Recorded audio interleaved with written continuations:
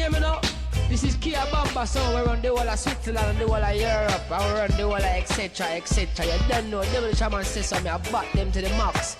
And it's like some idiot so want to stop them from get a piece of the pie. Oh, I'm to no disrespect, could go and die. Yeah, me know.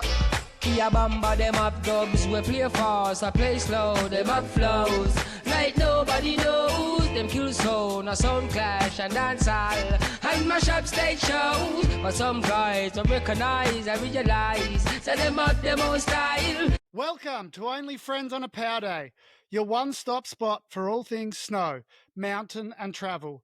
Get all you need to know about epic destinations, inspiring stories from local legends around the globe, as well as creators, entrepreneurs, brands, owners, and more. We are here to talk about what's hot, what's changing the game, and what's incoming. Come along for the ride and let's froth out doing it. So, this episode is... There's been a lot of noise on the Falls Creek community about the terrain parks. We've invited Kean, and we've obviously got co-host Maddie dialing in. Thanks, Maddie and Kean. Welcome, legends. Hey, what's up? Hell yeah. We got the leader of the revolution in the building. Following me to salvation, I suppose. Look, so I guess before we get into all of that noise, let's touch on how we met. Addy, do you wanna bring that one in 2013, I believe, in Falls Creek Sports Rentals? Yeah, I think Kean was 7 or 8 years old, and he rolled in with a long neck of VB asking for a job. And what do you do when you see a kid looking that excited? Yeah, you'd probably send him back to his mum. You get him on the tools and you get him moving. I don't know if that's... Your mum would have sent you straight back to us, I reckon, I don't know if mate, that's exactly how it went down, but something along the lines, yeah. Nah, well, it wasn't how it went down. But, yeah, I guess, you know, we were all working at Falls Creek in rentals at the time, and we were looking for young, frothy local kids to come and rock out with us, and we found one in Kean. So... I'll hand over to you, Kean, to do the intro on what wound you there for your first season and what's happened since. Just on that, like Maddie at that stage was the kind of the head of shops, I guess. Tech really shop kind of, yeah. Looking after, you know, most of the stuff. And I had recently switched from another rental shop to join the lift company. And I actually did the training with Kean, and he was loud. That's right. That training was on the day after my, I think, 20th birthday. So, yeah, it was a pretty tough day of training for me. Yeah, and you were loud, frothy. Yeah. And we called you Kean because your name was Kean. So tell us a bit about, you know, what your youth, you grew up in Mount Beauty, you know, tell us a story, Kean. All right, story. Wow. Yeah, obviously I met you boys back way when I was a young lad. And yeah, you guys, Maddie was one of my first bosses, and then you, Ozzy, became my second boss at Liftco. But way back before that, I suppose, I originally from New South Wales. My dad's and my mum are both, you know, super avid skiers. Used to holiday in Falls Creek when I was a young pup, and we had a really bad ski holiday one week because there was no snow, and that was it. My dad had cracked it and packed us up. We moved to Mount Beauty. Grew up in Beauty from the age of 7, went to Falls Creek Primary, little race rat, this club until I was probably, I don't know, maybe 13, and then all that became a bit too hectic for the fam. So we just kind of, Dad offered to buy me a pair of twin tip skis and a fresh set of outerwear, and that was pretty much where the one journey stopped and the next one started, I suppose. Happy days. So, Kean, I guess, you know, before we get into the nitty gritty, you know, I guess you honed your skills a bit as a tuner for the lift company. You did some seasons abroad. You had a pretty bad injury in Japan from memory. Give us a bit more details about you, mate. Yeah. Obviously I started out in rentals working with you fellas. And then as you took over Aussie, saw a bit of potential and, you know, a keen eye to detail in me, and asked if I'd like to kind of start heading the back end, the workshop, as people were moving on in their lives. And I just kind of took over that with your guidance and ran that for quite some years and traveled, abroad doing very similar kind of things. You know, once you've been around the industry for a while, you kind of end up having trying your hand at a bit of everything. So, yeah, I've done 3 seasons in Canada, various different resorts, a couple in Japan, whether it's tuning, boot fitting, all of the above, washing dishes, whatever's gonna work to get you the most ski time, which is the crucial thing. And yeah, obviously fair share of injuries as you get older. Fractured my back twice, both times in Japan, unluckily. So I think that's probably off the cards for me as some sort of bad omen. Yeah, it happens. You just gotta, I guess, check the landings. Huh? There's a lot of flat landings in Japan, even though the snow is Yeah, good. And yeah, and when you're young, you get frothy, and you said shit does things a bit too far the first time round, I suppose, and the second time round, evidently, many years later. So I think I'm finally learning something. Maybe we No had some place pretty good better to days. work than the tuning shop, though, when you're snapping skis and breaking edges and crashing your gear. That's nice and place to be. that's the 100%. And I mean, yeah, let's be honest. We all know that working inside with the crew is the best place to be on the hill.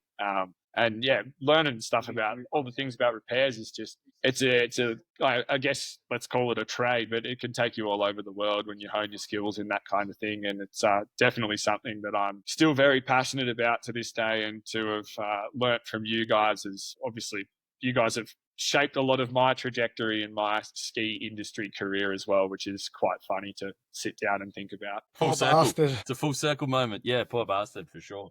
No, I don't know about that. So, Kean, I guess, if we're going to crack straight into this from here, it's pretty obvious that, was it a week ago now, nearly, or? No, it was Monday night, the fabled Monday night in Falls Creek. So what? Sounds like a man night. Sounds like a man night. Yeah, you know what's up. So let's say that. So for those that don't know, is unfortunately there hasn't been a huge park offering at Falls Creek as of yet, and I guess the Falls Creek community saw things being built at Hotham and at Buller and at Perisher, and Falls was always very, at the forefront in the past of being a leader in that area. And from what I saw and am guessing is that maybe after a few cheeky ones, there was a revolution or a bit of chat happening. I think we're going with Viva la Resistance, but yeah, whatever you want, mate. Yeah. A bit of chat happened after a few beers at the Monday night at the Man. And if you know Falls Creek, that's probably the biggest night of the week, formerly Big Cup night. Jug night, which is a story for another day. There was a bit of chat, and all of a sudden there was what seems to be a storm of comments and chat about the possibility of there not being a decent park offering in Falls Creek this year. And obviously it's been a couple of turbulent years with low snow, lots of things going on in the background, and all of a sudden we all started to notice, if you follow the socials on Falls and you're a former or continued member of the community, that there was a storm on one particular. Yeah, we were making some noise for sure. And obviously that brought me to the point to be like, oh, what's going on? What's going on? So tell us, Ken, what was going on from someone with insider information? What happened on that fateful Monday night? On the fabled Monday that'll go down. Which jug? Go down in folklore. Nah, it was 2, jug 6. It was pre-man. It was pre-man. It was meditated pre-man. So before the train left. Yeah, the train doesn't run like it used to. It's kind of ran off the tracks, but that's another story. Yeah, look, I just kind of been obviously out riding the whole season, and the vibe seemed pretty much this unanimous across the board from all my homies and myself, and we're watching what's going on in every single other resort in Australia, and especially other Vail operated resorts, and we're kind of sitting here thinking like, what's the go? As you mentioned, Ozzy, like there's been points in Falls Creek's span that it's been the cornerstone of park in the Southern Hemisphere there for a while, and I just was sitting around with a homie, and I just decided that I'd had enough of it. And I figured that what better place to have your say than on social media? You know, it's used for a lot of things these days, but why can't I get the community behind me? And everyone's kind of opinion seemed to be of the same thing to begin with, but no one was overly keen to stick their neck out on the topic. And I just thought, well, you know, I've been pretty good at stepping my foot in it my whole life, so why stop now? The proactive approach. Why stop now? Yeah. So I just thought, oh well, stuff it. I'll try to see what I can drum up. So I just basically did up a couple of stories being like, if you care about the parks in Falls Creek and, you know, the future of the community and so on and so forth, and just get behind us. And yeah, pretty much just once we got to the man, I'm kind of popping around doing the little busy bee kind of thing. Everyone was telling me I wasn't having enough fun, but I can assure you I was having plenty of fun trying to stir this up. I just kind of went around to the homies and went, hey, look, this is what I'm trying to do, and like get on board. And as soon as I kind of got the ball rolling, everyone was the whole community was standing straight behind us. So it obviously shows a lot. And yeah, when I went out that night, I had posted the 4th comment on that page, and by Tuesday afternoon, it had 270 negative comments about where the lack of the terrain park is in Falls Creek. So it was pretty evident pretty quick that we all had the same feel up here, and the community was definitely ready to stand behind us and back us because they agree. It's about as simple. Now, I think that, you know, as much as there were like negative comments, I also feel that, and I know that Maddie and I talked about this and he agrees, that there's also a lot of positive that comes out of that. Correct. And that was the whole approach from the beginning, while asking people to, you know, get on our team and back us. It was never about slandering the resort or Vail or any individual that's part of any corporation. It's about just being passionate about the issue and showing that we want more for our resort. And that was the whole thing from the beginning. I said, let's just be diplomatical and polite as best as you can and just show the passion, because the passion is what I'm doing this for. It's not for anything else. Like, I'm not trying to big note myself over someone else. It's got nothing to do with that. It's about keeping the passion alive in our community. I think that was the best part about that comment section. Like, I would say 95 to 99% of the comments weren't, you know, slander, and most of it was actually people recounting nostalgic memories of times that they'd spent in Falls Creek parks, learning a new trick, putting their son through one of the terrain park programs, or daughter through one of the terrain park programs. There was so much of it wasn't necessarily a big middle finger. A lot of it was like, hey man, this is something we really treasured about Falls Creek and that we felt was super special about our holiday or our season or our whatever. And I almost think that that's more powerful than everyone just throwing the toys out of the cot. Is like, it doesn't really get anywhere. Do you know what I mean? But when you go, hey, here's 100%. All the amazing, you know, memories that you guys have created through having this park program over a number of years. I think that nostalgia element, and, you know, people sharing old photos and stuff of what the parks used to be built like, and people getting really excited about that. I think that's a really positive way to send a message. And I think the fact that the majority of it was framed like that was one of the really positive things to see from this scenario. Absolutely. And that was the whole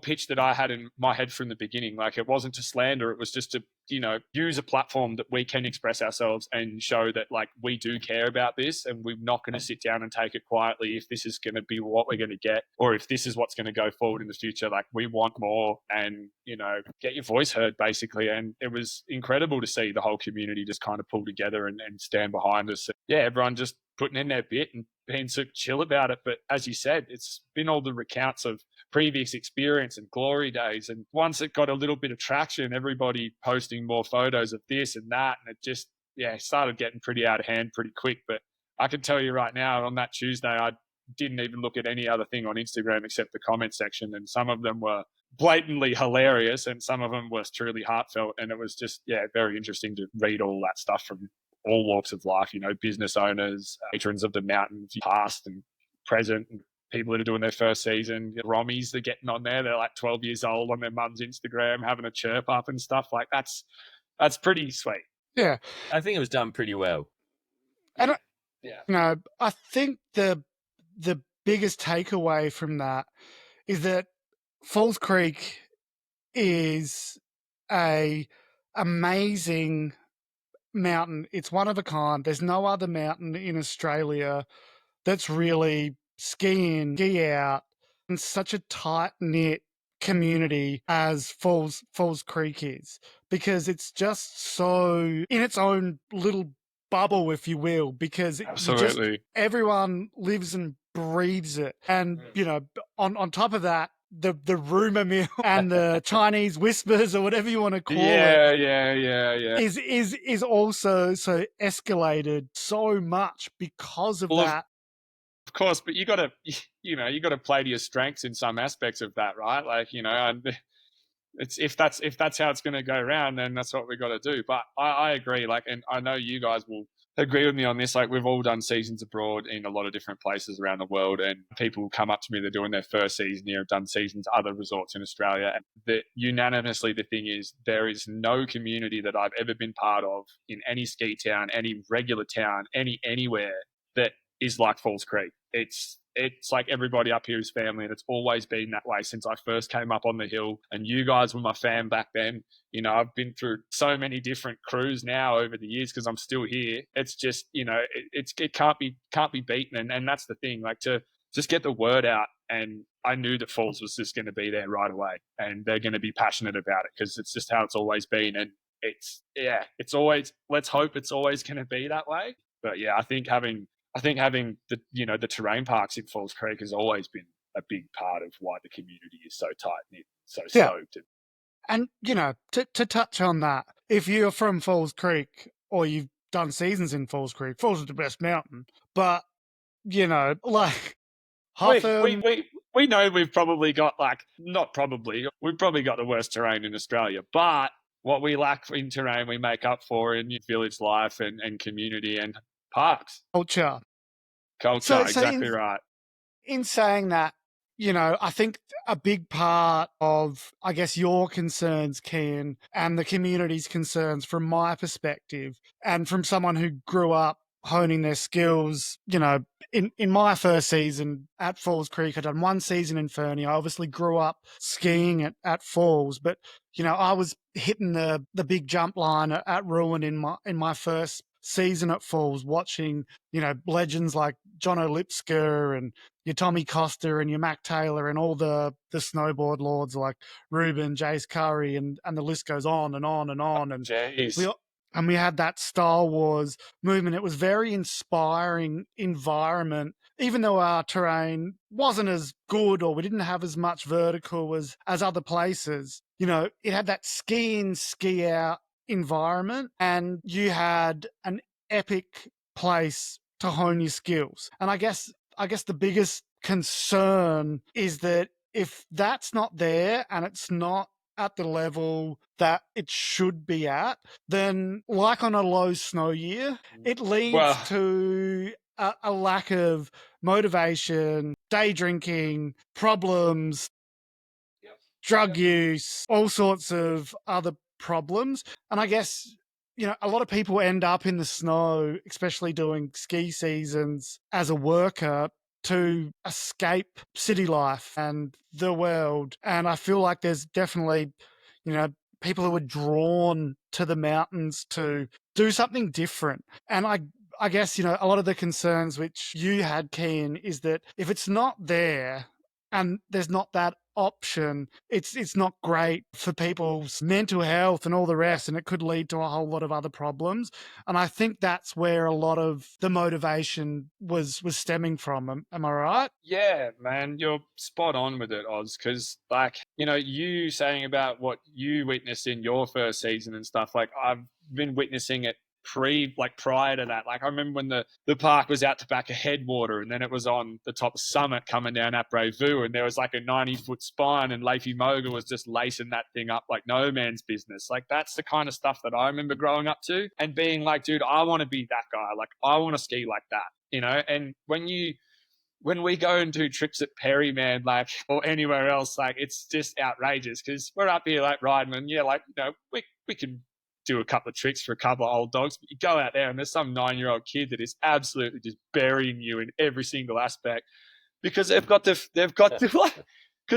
facilities there to get themselves to that kind of level, you know. And we've had that here in Falls, and it has been so inspiring. Like, as you said, you learning to do what you did. I was getting towed into those big jumps when I was 12, 13, 14 years old, hitting these massive booters over on Castle by same guys you mentioned, like Mac Taylor, Whipsy, Tommy Costa. Like, I was ghosting those boys in on those booters, and I would not be the well-rounded rider that I am today without having those facilities and those riders. And without having the facilities, those riders don't exist either. That's the massive part of it, because just it's not going to draw anyone in. It's hard to push your skills when you feel limited by the product that you're being delivered. And don't get me wrong, we've had some absolutely amazing parks in Falls Creek, and there's been some insane years. Like My Hill, we rode Sausage Fest in like 21. Yeah. That was, or not, sorry, That was 19. epic.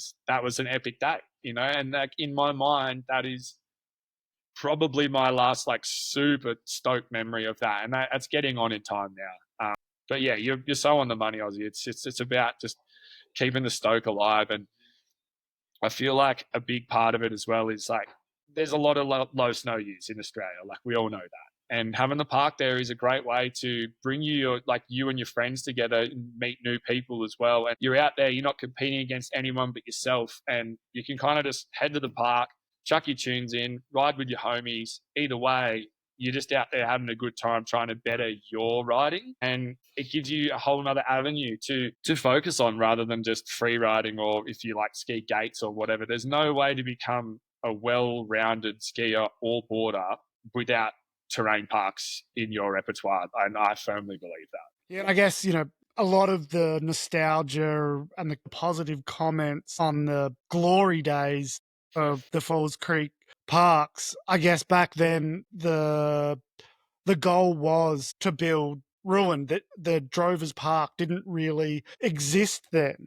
No. And I guess the major, if we talk about physics, the major difference is it's a steeper pitch, and many would say that with that steeper pitch with Drovers versus Ruined is with that you've got a better opportunity to have a safer landing. And I guess low snow years, Ruin might not open until August, so that there's no park. And that's where, especially as we've had a few really low snow years, Falls has had no choice but to pivot and build that park in Drovers. But really, I guess, what it comes down to is, from my experience, when you used to have a smaller line and a medium line and a bigger line in Ruined, you could actually have a lot safer landing. And from back in my day, I used to shred it Ruined, and I'd be like, hitting the big jumps, and I'd be spinning and whatever, and then I'd be like, oh, let's go Drovers at the end of the day, and I'd go try and throw something and overshoot the landing or do something or miss the landing on that smaller landing opportunity.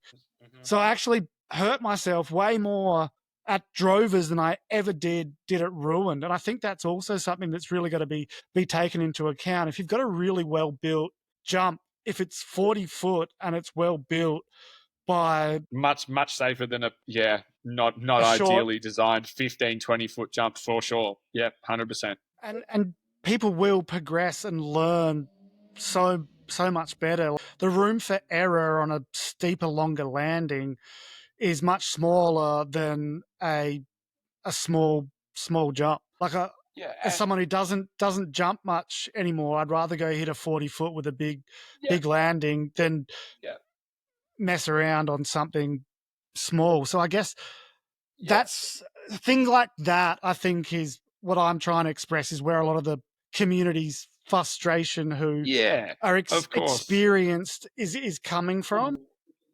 And like, as well as in the last couple of years, so the last time we had, obviously the last 2 years have been rubbish, but 22 was a pretty reasonable season, got off to a good start, finished right up until I think maybe the 8th of October. Like, we had a park on Castle at the end of the season. Still wasn't anything in comparison to, say, 2019.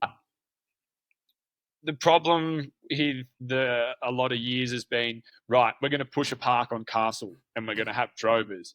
we're going to have minimal snow, and the idea is to get out there and push up these 250-odd foot jumps. And the only other jumps that anyone's seen in Falls Creek for the 3 years preluding that are like 15, 20-foot booters. And then from a marketing standpoint, obviously the resort looks at it like, well, we've just spent all this money on cat hours, all this time on farming, building up these jumps. Well, of course no one can hit those jumps because no one's ever seen anything like that here. So there's only a half a dozen people out there who have been jumping stuff like that before that are even game to touch it, which makes sense, like why would you be stoked to be out there hitting something you got no business hitting? And I don't think that the on the scale of, say, the glory days, if that's what we're going to run with, I don't think that that's the move. Everyone's calling it. Yeah, well, nah. I don't think that that's the move for Falls and the future of their parks. In my opinion, I think the move is to, rather than have 20 features parked up in the rail garden, grow in the garden, let's get things in the ground. And we don't need a huge park on Castle. We just want things that are progressive for the people. So when you level up out of Drovers Park, then you head over to Ruin Park, and that is the next step. It's obviously going to be a step up, but it's the next step to where you need to go. Like, we don't need 60-foot booters or whatever with like Star Wars-esque stuff. We're just looking for a bit more of like, put the stuff in, make it a bit more friendly. We just want to be out there hitting it, and then we don't have to be scumbagging on the beginner runs either, which is probably good for the resort. That's the critical part, right? You're not asking, like, there's no ask here to be like, hey, let's bring back the Star. I mean, if you could bring back the Star Wars era, amazing. Not at all. But we all know what it takes, particularly after a couple of lean snow years. The amount of snow farming and the amount of cat hours and the amount of time and snow that goes into building those big jumps at Ruined is virtually unfeasible, particularly in a year following two pretty scary lean snow seasons. 100%. Using snow for 60-foot booters that two people are going to hit isn't a sensible use of resources by anyone's measure. Nah, and I not think at all. The critical part here is it's like, as Ozzy said, in terms of safety, it's like, well, if you don't provide any park at all, then crew are just going to go out and they're going to be trying stuff anyway, and they're going to be doing it on family runs. So there's no way that removing parks makes the resort more family friendly or makes it any more safe, makes it significantly worse. And I think Vail, having been in the game for long enough, and Falls Creek as a resort, they're smart enough to know that that's the case. So I don't think that's that's not a factor in this current situation. But I think it's worth noting that it's like, hey man, we're not asking for Ruin Castle. We're asking for, or you're asking for a Drovers that represents what it's looked like the last couple of years. And maybe if there's an opportunity, and Mother Nature be willing, then maybe some slightly, some more advanced features somewhere else on the hill, whether it's the Looker's left side of Ruined or whether it's somewhere else on the hill. It's like the idea is safe progression so that you can attract that next generation of season pass holders to come and have that same level of stoke that we're seeing in the nostalgia in the comments on the Instagram post that gets people excited to be at Falls Creek. I think that's the critical part, right? Like the frustration isn't that there's no 60-foot booters, right? But I think by the same token, the interesting thing here, and what I've really it's been really interesting to watch this roll out. And I know, Kean, you and I spoke pretty much the first time that you posted something. I was like, whoa, what's going on? But the strange thing is, you got your finger on the pulse. Yeah, right. But the funny thing is that Falls Creek, I mean, Falls Creek's never told anyone that they're not building parks, right? It's just kind of been this, hey, everyone else is sort of building parks. Why isn't there a park at Falls Creek? And it's kind of blossomed into a pretty big movement just from almost from the lack of communication has led to this massive overbubbling of the cauldron. Yeah, I mean, I guess you could probably say something like that. And I definitely agree with the whole thing of the culture. And like you said, we're not out here begging for 60-foot booters with 40 centimeters of coverage on Castle or something. That's just obviously not the case. And exactly as you said, we're looking for something that represents the good years. Well, in my opinion, the last 3 really good years we had of drovers and castle and stuff was 17, 18, 19. Granted, we had a lot of snow those years, but coming out of the gates this year has been a better start to seasons than we've seen for a few years. I'm not saying there's meters of snow up here, because there's just not. But other resorts in Australia are reaping the same kind of storms, and they're putting in significantly better things. And as you touched on the whole, like, well, no one's necessarily said we're not going to have any parks. And I think the thing to keep in mind is, you know, the community and myself has just been seeing this steady decline of commitment to making even a competitive park to a lot of other resorts. And I think that's just kind of led a lot of people to the assumption that this is all we're going to get, this is where it's going, and this is how it's going to kind of end up. And I guess that, yeah, people were seriously thinking that might be the case, and weren't obviously happy to stand for it. So yeah, you kind of when you mentioned that, I was trying to do, and I was like, do I comment? Do I make a play here? Do I say something? I was trying to think about it, and I was like, in what world would Falls Creek, and this is, I'll play devil's advocate, but I'll also kind of try and understand the situation, right, from both sides. Yeah. I was like, well, sure. why would Falls Creek not do a park, right? And I was I kind of came up with a couple of reasons. It's like, firstly, I was like, maybe it's a family-friendly thing. And then I was like, no, they've already quarantined that section of drovers and put in a tiny park anyway. So it's not about the use of terrain. It's not about family friendly because, as I said before, if they didn't build a park at all, then people would be doing this stuff on all of the family runs, which is 10 times worse for the resort. So I was like, maybe it's could it be a commercial decision? There's cat hours, there's potentially, snowmaking hours, there's park crew.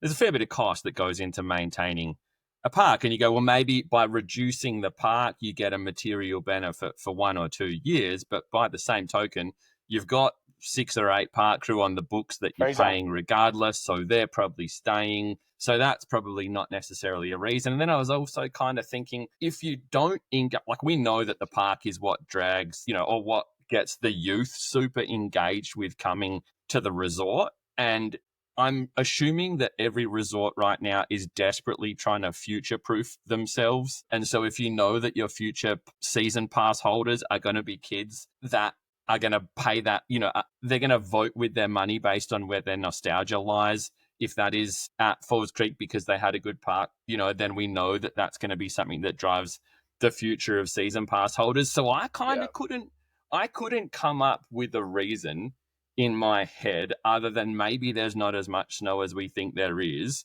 And maybe Big D at Hotham, where they've moved this park to this year, has been easier to farm and push around. Well, Buller's got the big snow shed. I don't know.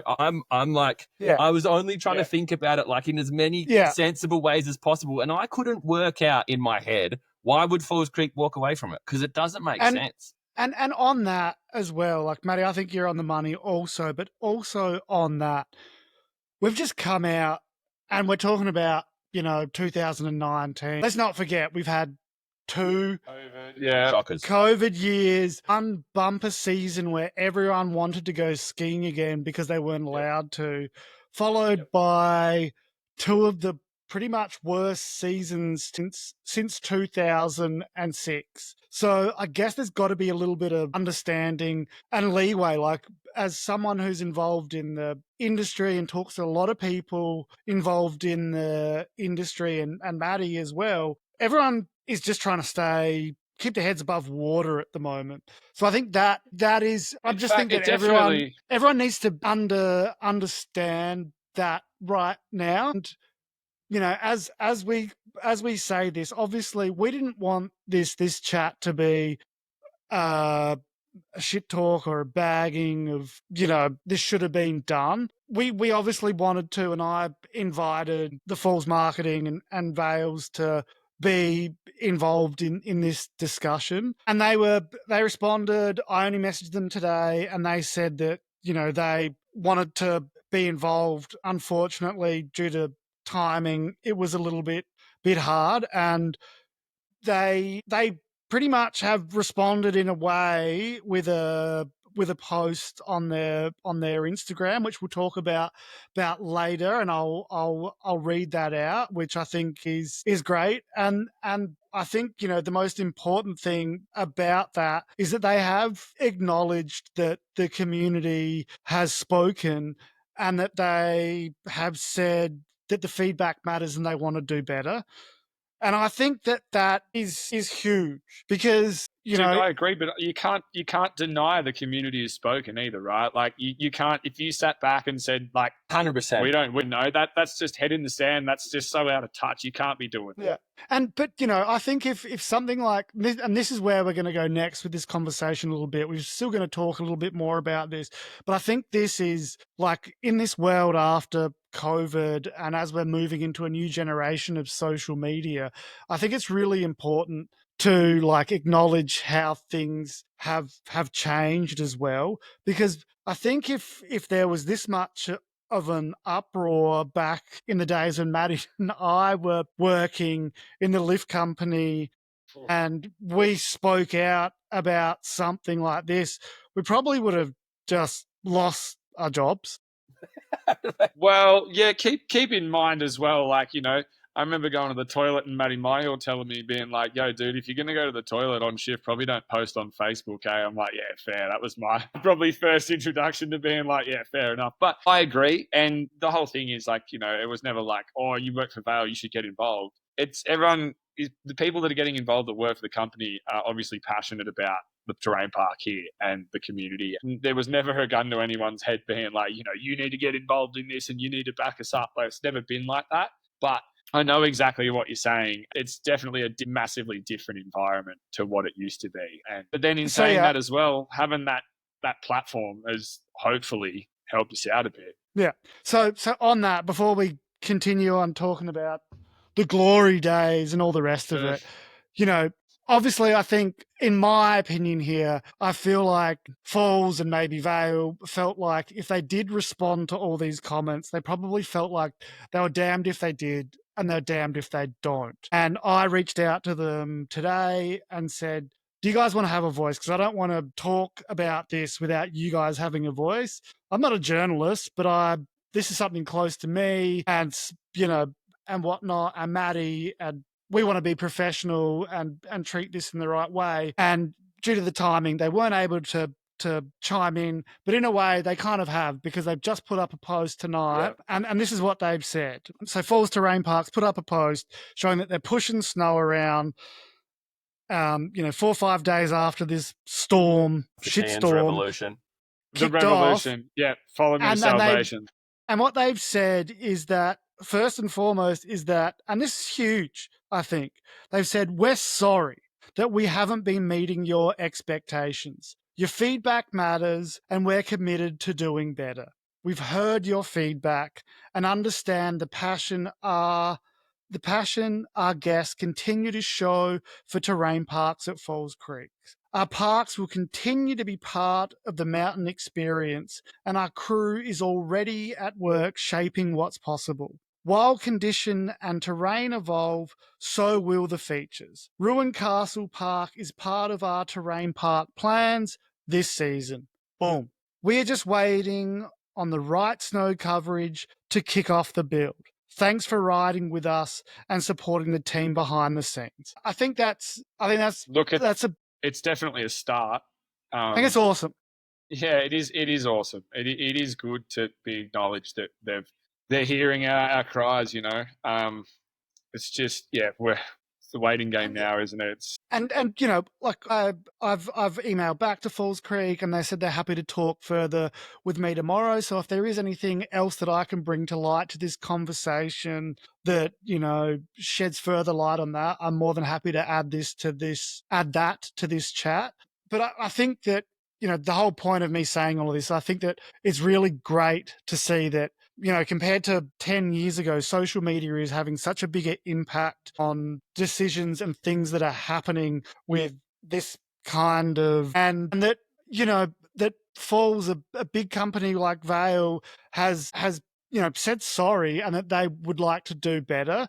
And I don't, see that kind of care or love being offered by the predecessors and in the past. And it shows that the power of social media has changed things a lot, and the community matters. And I think that's a huge, huge thing, and a massive positive to come out of what, might have been foreseen as a negative, but I really see it as becoming a big positive. And my personal opinion is that I didn't think that Falls would probably, after the last couple of seasons, get to the point where they'd commit to trying to make a ruined castle park this year.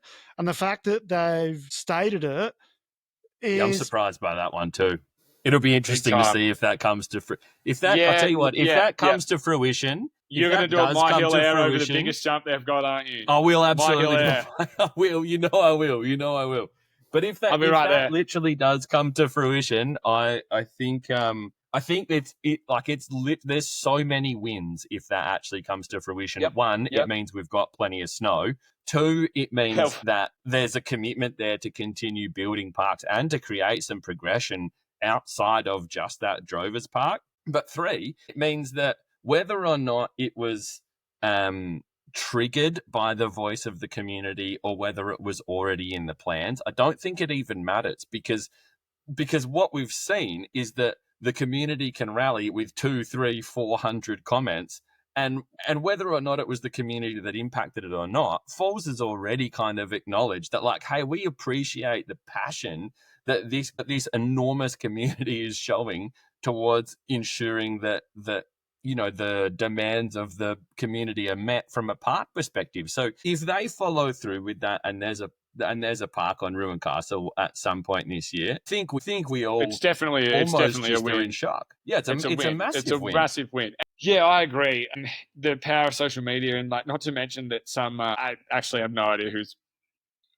created this, but someone anonymously has just drum up a change.org, and like, I signed it yesterday before I went to work in the evening. By the time I finished, it had like 250 signatures. Apparently it's up like over 500 now. So it's just like, there's definitely a lot of people that play up here that are pushing the revolution, if you will. But yeah, it's to see a park back on Castle will be impressive. And as you said, it's definitely going to be snow dependent and things like that. But yeah, to have our voices heard in some ways is definitely, it's good. It's really good to at least have. There's no denying it's been heard. The question is, how far can you take it? Can you start, I want a whale's tail, I want a double rainbow, I want a 43-foot donkey. Look, I honestly start crafting the park with the community. Well, look, I don't think it's going to be like shred sauce anytime soon, my bro. But I think while we're here, I'm calling it.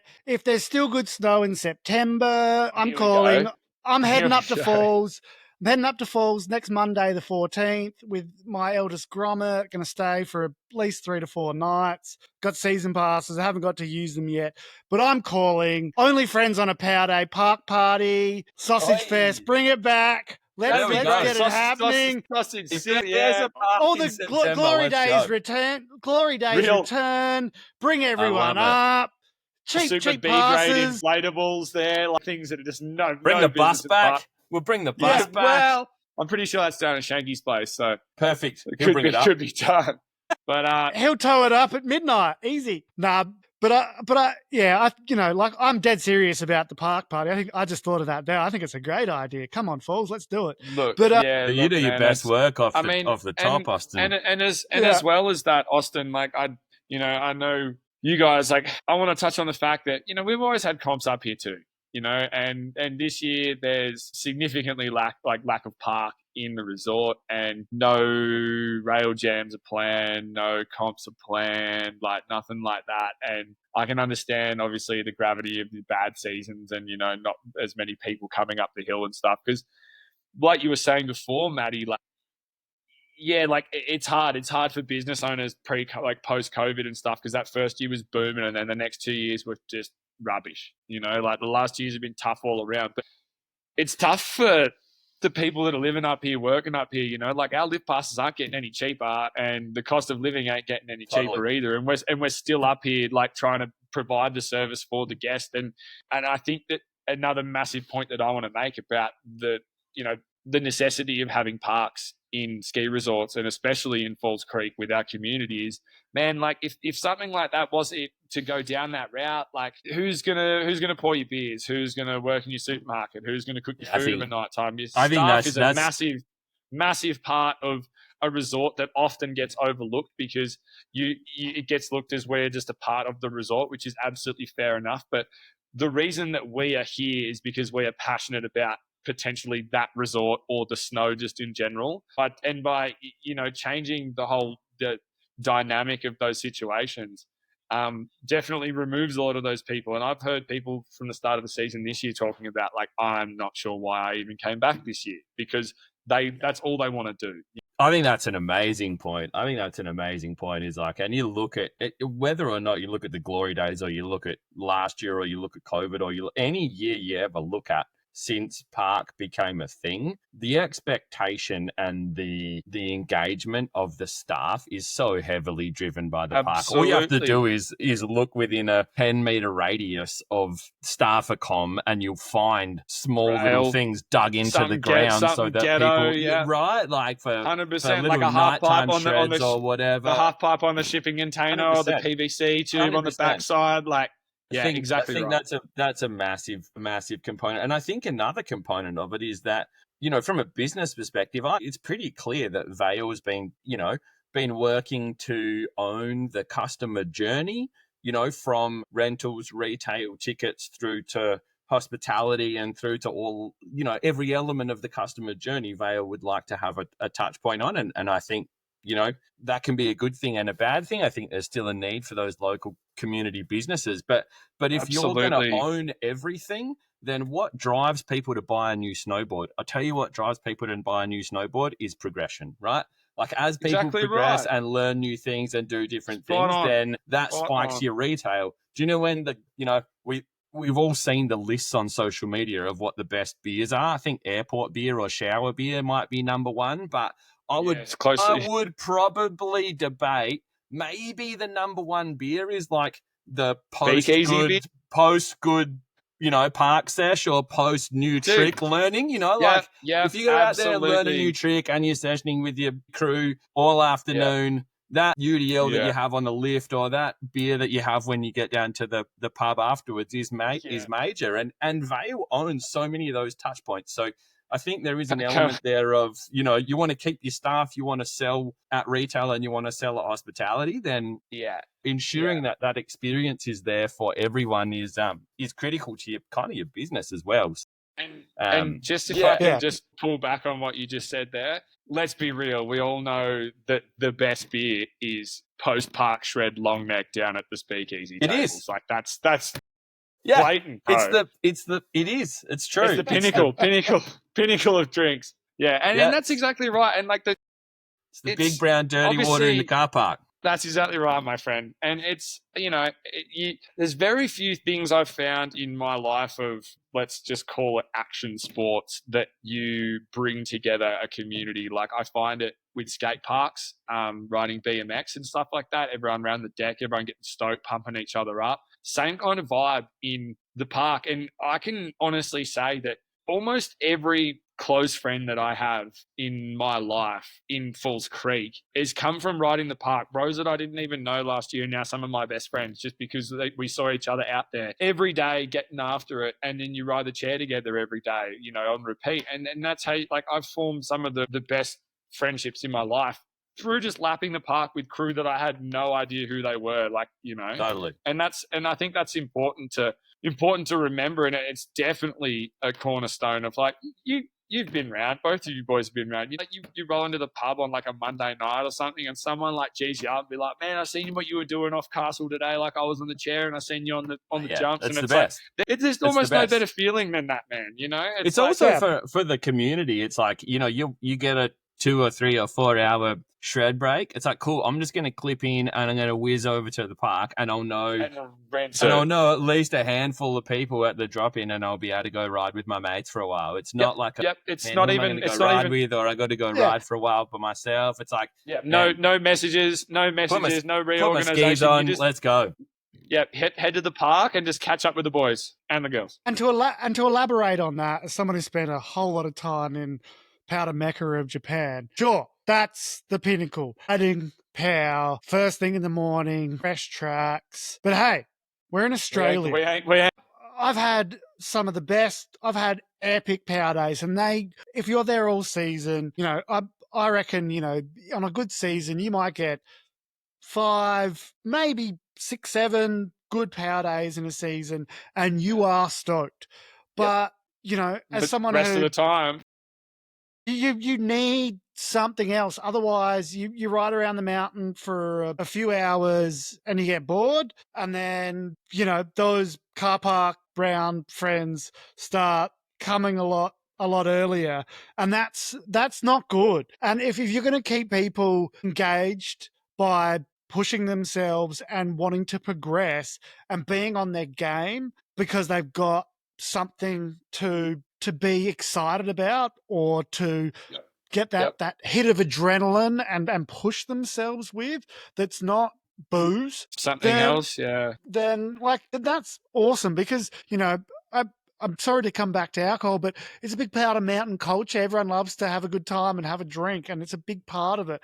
But if you're not going to smash 10 beers and go ride the park, because otherwise you're an idiot. And no one does that. So that keeps you on a bit more of a straight and narrow, and I think that's a really good thing. Yeah, and Ozzy, I absolutely someone who likes agree to drink. Yep. Hey, but I absolutely agree with what you're saying. Like, let's not forget to mention the Alpine Responsibility Code. You probably shouldn't drink or do drugs while you're skiing or snowboarding. But it's one of those things. Like, dude, I absolutely agree. Like, I get out there and I'm unfazed by the riding, and I probably won't even get half a dozen runs in before I'm down having a beer. Just to touch on that, the reason why I mention that is because I look back to, especially, the year before I came to Falls Creek, 2006, which was one of the worst snow seasons apart from the last 2 we had. And everyone talks about how much everyone drank alcohol because there was a lack of snow. And I worry about like that again. The youths, if there's no park, there's nothing to engage them, and they're bored. They're going to drink. There's less work because there's not as much snow and all the rest of it. People go up to the snow to escape, and they end up drinking, which is bad for them. Well, all they the rest of it. they escape in a totally different way, don't they? Yeah, and Alpine life should be about being healthy, being active, and having a good time. And when you are drinking out the on beers. the hill.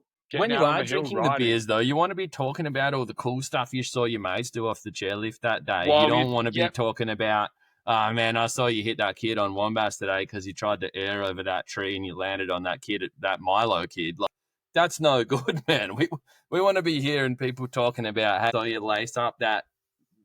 Hey, Kean, I saw you lace up that K-Fed on the 43-foot donkey dick today. That was tasty. Yeah, then we can drink a beer to celebrate that, I like that you put it, there was a 43 donkey dick, so it just definitely sounds super fit. And if there was one, you would K-Fed it for sure, right? I know what you mean. And then that's the thing, dude. Like, if we can touch on glory days, like, obviously those days when you homies were, like, killing it, like, I watched you guys ride. I remember Aussie running that most colourful setup anyone's probably ever ran in Falls Creek. None of the colours matched either. No, hell no, they did not match. And then he was on the moments, and then you rocking that cream and pink Saga gear with the dreadies out, like. Dude, nice. Like I watched you guys ride, and that's kind of how I learned. And I can absolutely say, on the topic of what we were talking about before, like, you look at the level of riders here that are above or older, and it's, I'm one of them, and it's not the same kind of gap or aspiration that what I had watching crew ride here once again, like it's just totally, there's not a lot of grommies getting around ripping. There's not a lot of really good riders here because they've all had to leave and go elsewhere. And, for me, especially, Falls is my home. Falls will always be my home. You know, like I honestly couldn't think about going and doing a season at any other resort in Australia because it just wouldn't feel right, even though we've got less of this or less of this or whatever. This is home and it always will be. And that's the main push that I kind of came with this whole thing is like, you know, I don't want to see us not have what other resorts have now and in the future because we have the capacity to do it. We have an amazing park crew with heaps of experience under their belt. We've got an amazing park builder with, once again, heaps of experience under his belt. And I just don't see why we should have to suffer. And then going forward, like the generational thing, like, you know, I will probably bring up a family in this area one day and I don't want to have to like take my kids elsewhere to hit jumps and rails. Like I'd love them to ski at falls just like I grew up skiing at falls. And to be fair, I don't think you will have to take them anywhere else. No, of course I think falls are going to build a park and it's going to be cool and fingers crossed there's some snow and they build drovers too. They build ruin too, but I think the energy and the enthusiasm for it, it's like even if it has it, yeah, and like and I think it gives longevity to it too, because absolutely if falls were thinking, maybe somewhere down the track we need to move away from parks, it's like, well, hey man, here's what happens if we test that community. Do you know what I mean? Well, and that's the thing. Like whether it was their move or it wasn't their move, or whether they're backtracking or what, not the point. But I just kind of felt like at the time it was our time to just flex our muscles a little bit and just show show the boss where the community lies. You know? Yeah, I think it's a good call. Just to add an extra layer to that, really think that not me personally, but when we can and when the time's right, that there really needs to be a lot of energy invested in this industry in Australia for the next generation. I say that because in our glory days, me and Maddie and people were gunning and doing anything we could to try and get a pass to things like the trade show and go there. And there was shows and Travis Rice and pros were there and it was a big thing. And we were frothing out to just be a part of the industry. And I know it's been a tough time, but, I went back to the trade show last year after a long time in Japan, and it really feels like that next generation doesn't have or doesn't want to like froth out on those things like we did. And I guess that comes down to the huge amount of investment and the glory days of people getting paid money to be pro snowboarders or sponsored riders and investment and cool things happening and people really wanting to be part of it. And I just don't really feel that that's coming through. I'm not saying that that's anyone's fault. It's been a tough time. There's been COVID. There's been a whole bunch of things. But I feel like if we want this industry to stay alive in Australia, we need to inject something into it. And I guess it starts with things like this and the passion. And I'm so stoked to see it because,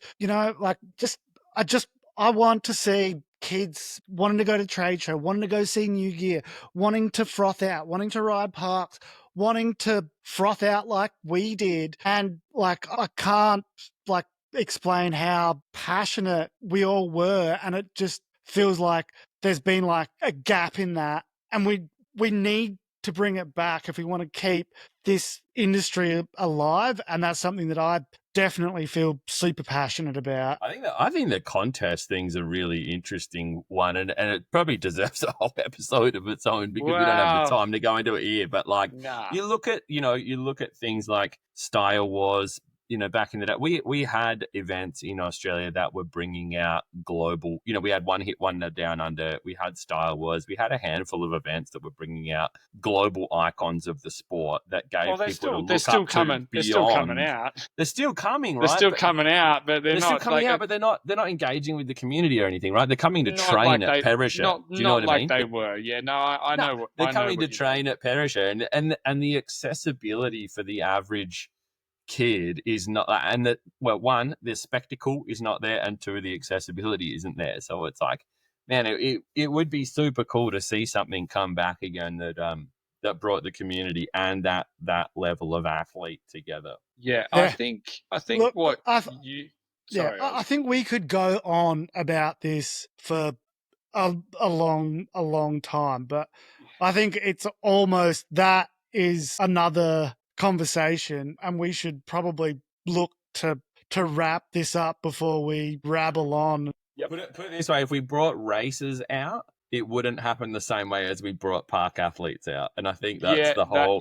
If we were going to summarize the whole conversation with one little analogy at the end, if we brought out a bunch of races, a spectacle. It's not a spectacle. Right? Like, when's the last time you watched a ski race and be like, yeah, stoked? I mean, I'm not saying that it's not an amazing point of the sport, but you know, I don't have any videos of ski races. I got OG movies, you know, like. That's what I mean. But no, I'm with you, Ozzy. I get it. But yeah, I guess to summarize, it was great to see the awesome rally of the Falls community and for the strength, not just from, you know, the current people who are still up there, but from people who lived and breathed that for a long time, who past, present, future. I got a message from a good mate being like, you know, life before mortgage and things like that. Like, people just absolutely love Falls Creek, and it is a very, very special place in so many people's hearts.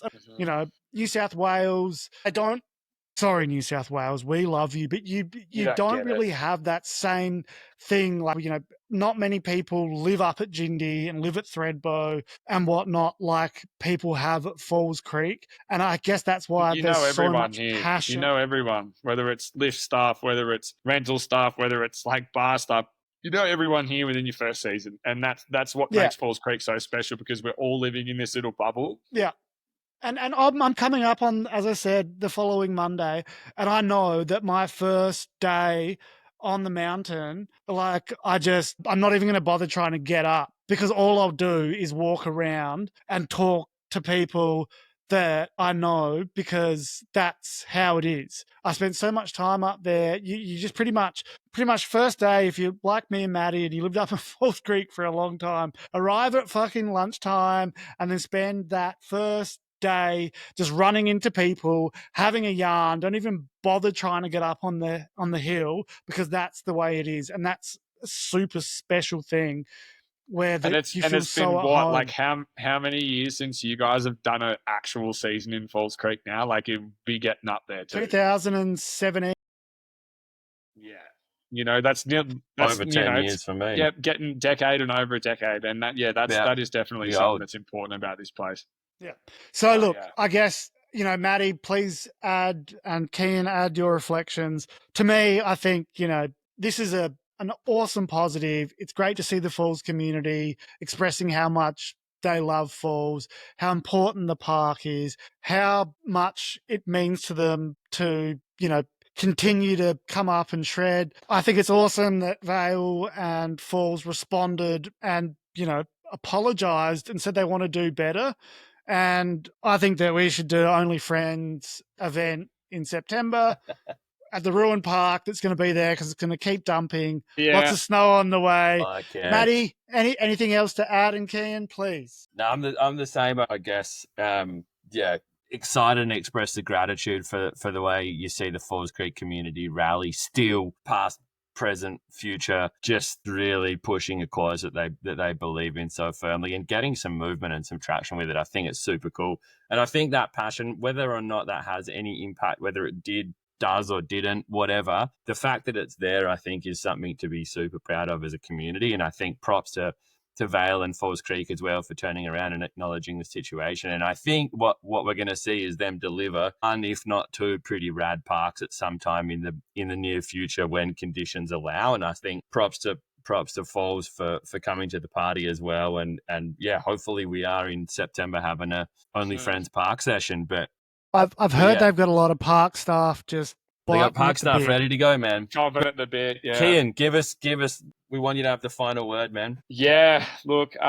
First of all, I just want to say, really appreciate you guys getting in touch and getting me on, and just, you know, being there for the community. I obviously wouldn't expect anything less from you boys, being long-standing Falls Creek OGs. So first of all, just really appreciate that. I think we're going in the right direction. I'm insanely proud of our community coming together on this topic. So, big shout out Falls Creek crew, keep it local. And yeah, let's just hope for the best, and I hope our prayers have been answered. And if not, we'll just keep the torch lit, I guess, and just keep asking for what we want. I mean, someone's got to do it. We'll be lapping the park together in a few weeks, I reckon. We sure will be. But yeah, it's great to see, a bit of reach out and a bit of understanding from the Falls, Vail, and that's really good. But mostly, the main thing is I'm just so proud to be part of this community. This is my home. This will always be my home, and the people up here will always be my homies. And you just can't really beat a community like that. So it's amazing to put your neck out on something like this and start trying to push a bit of whatever we're going to call it, the resistance, and just have everyone well stand played on you. a super respectful movement, I think, as well, man. This is one that could have spiraled. I think you've done yourself a solid, and the community a solid by keeping it super respectful and and making it a positive thing. Thank you very much, guys. On that note, stay frothy, come along for the ride, let's bloody have fun doing it. Until next one, legends. Froth out. Catches. See you guys. Ciao. Dubs we play fast, I play slow, them have flows like nobody knows. Them kill soul, a sound clash and dance all, and mash up stage shows. But some guys don't recognize, I realize, so them have them own style. A long time them they are now, them not just come, and it's been a long while. Them want a piece of the pie, well if a doublet and tune up a buy. Food fi feed them family, that's no lie. Any idiot little sound try to test them a go die. Them not give up, look how long them a wait. A full time now, them get a slice of the cake. No sound fix because them bust through the gate. Through them play a good tune, and this a sound the people rate. Them we mash you up all over the UK, America.